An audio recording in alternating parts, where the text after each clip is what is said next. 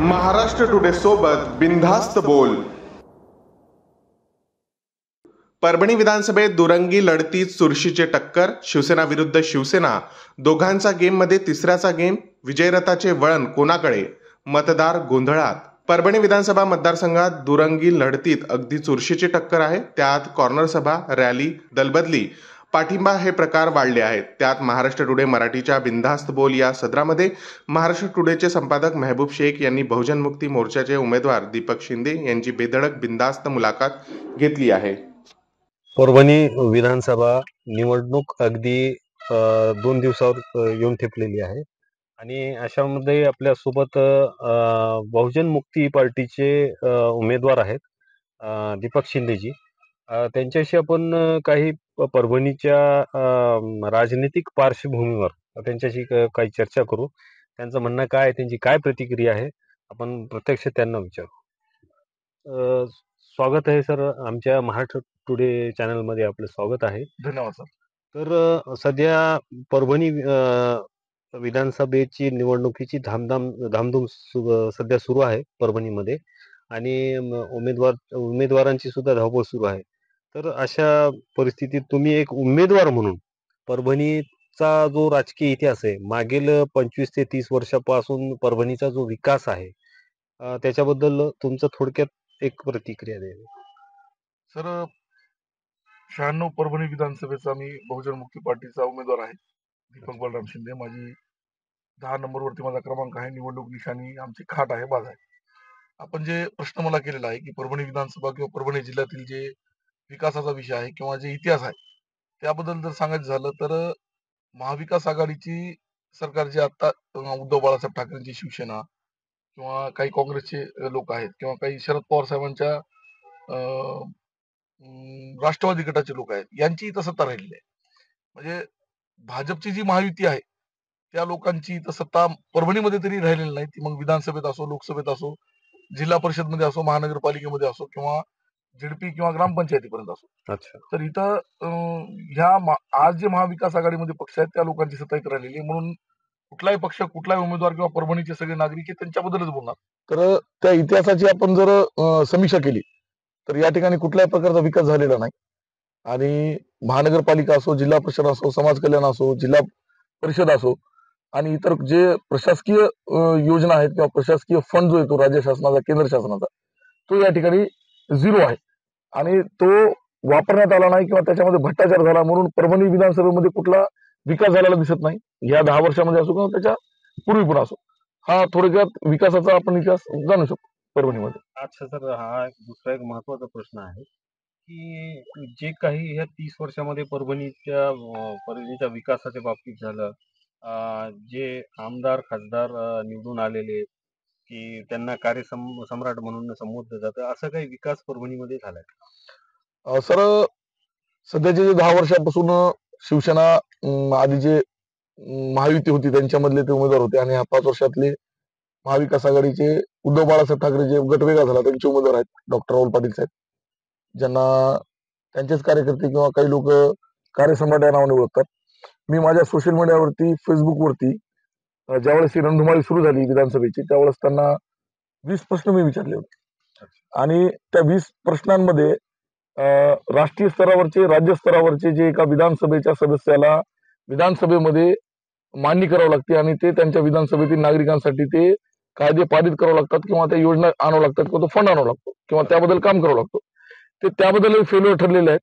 आणि परभणीच्या लोकल विकासाचा जर मुद्दा पाहिला, रोड असो, नाली असो, पाणी असो, स्वच्छता असो किंवा वीज असो, शेतकऱ्यांची वीज असो, शिक्षण असो, आरोग्य असो, ही धूळ जी आहे परभणीमध्ये किंवा रस्त्यांचे खड्डे जे आहेत, हे सर्व गोष्टींमध्ये ते फेल्युअर ठरलेले आज आपल्या 10 वर्षामध्ये दिसतात. तर फक्त त्यांच्या कार्यकर्त्यांनीच त्यांना कार्यसम्राट बनवलेलं आहे असंही त्या ठिकाणी दिसत आहे. बरं, एक नेत्याची व्याख्या आपण ज्याला नेता म्हणू, आमदार म्हणू, खासदार म्हणू, तो फक्त काही व्यक्ती पुरताच मर्यादित आहे. सामान्य जनतेसाठी काही असं दिसून आलंय की परभणीमध्ये या नेत्यांनी सामान्य जनतेसाठी काही केलं असं काही?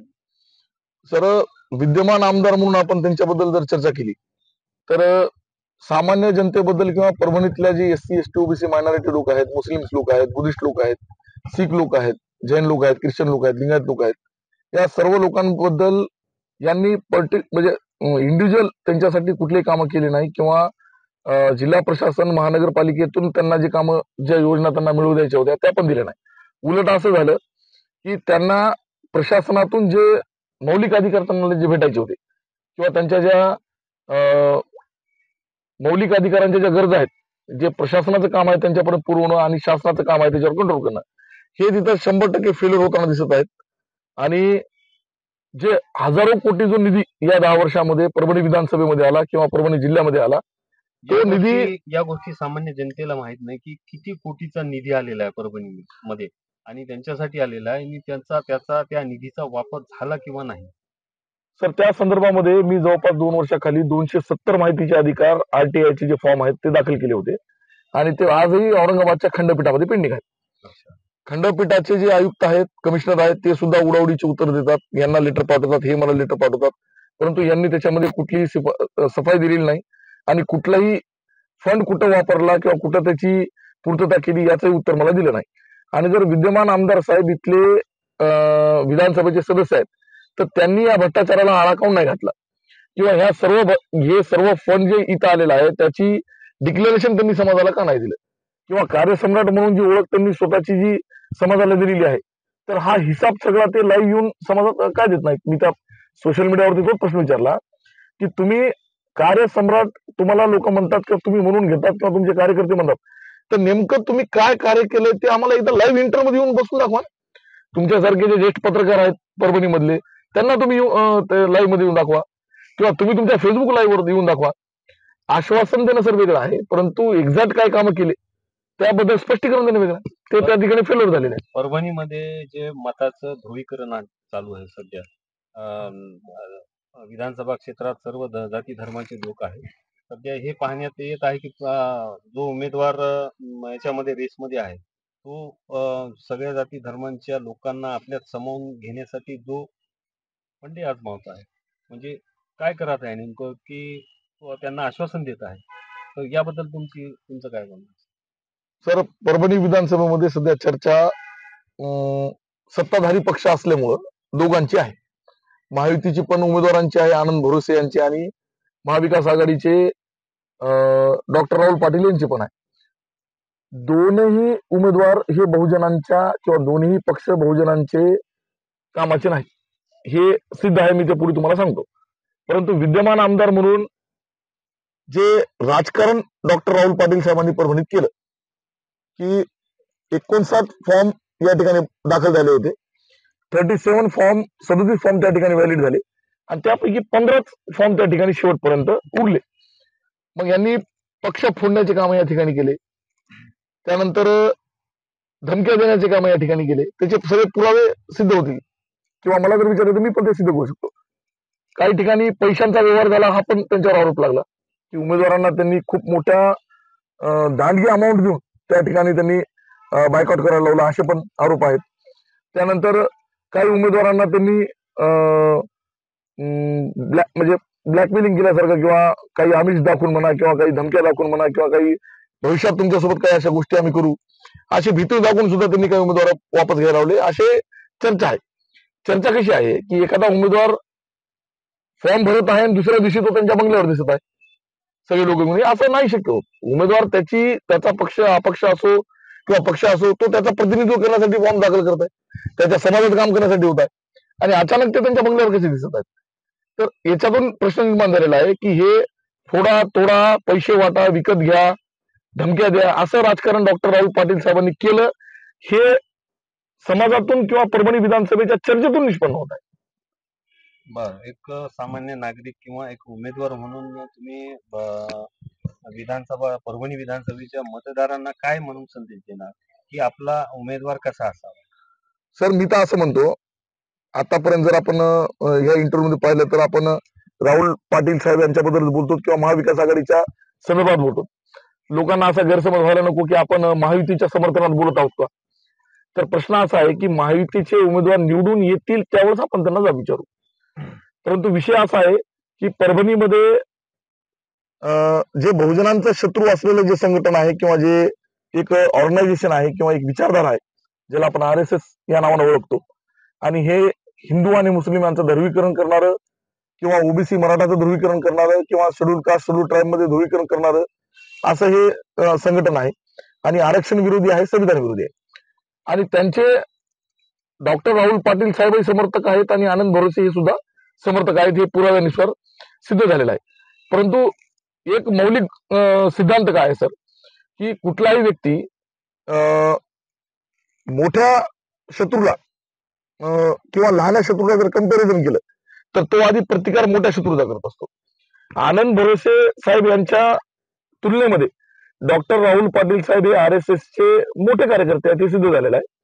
कारण ते डोनर आहेत, ते एक संस्थापक आहेत, त्यांच्याकडे फंडिंगची खूप मोठी साधन संसाधनची संपत्ती, त्यांच्याकडे पुंजी आहे आणि ते RSS चे, विश्व हिंदू परिषदचे, बजरंग दलचे, शिवप्रतिष्ठान हिंदुस्थान सारखे जे बुद्धिस्ट लोकांवर जे भीमा कोरेगाव सारख्या ठिकाणी मारहाण झाली, दंगली घडवण्यात आल्या, अशा लोकांचे ते समर्थक आहेत.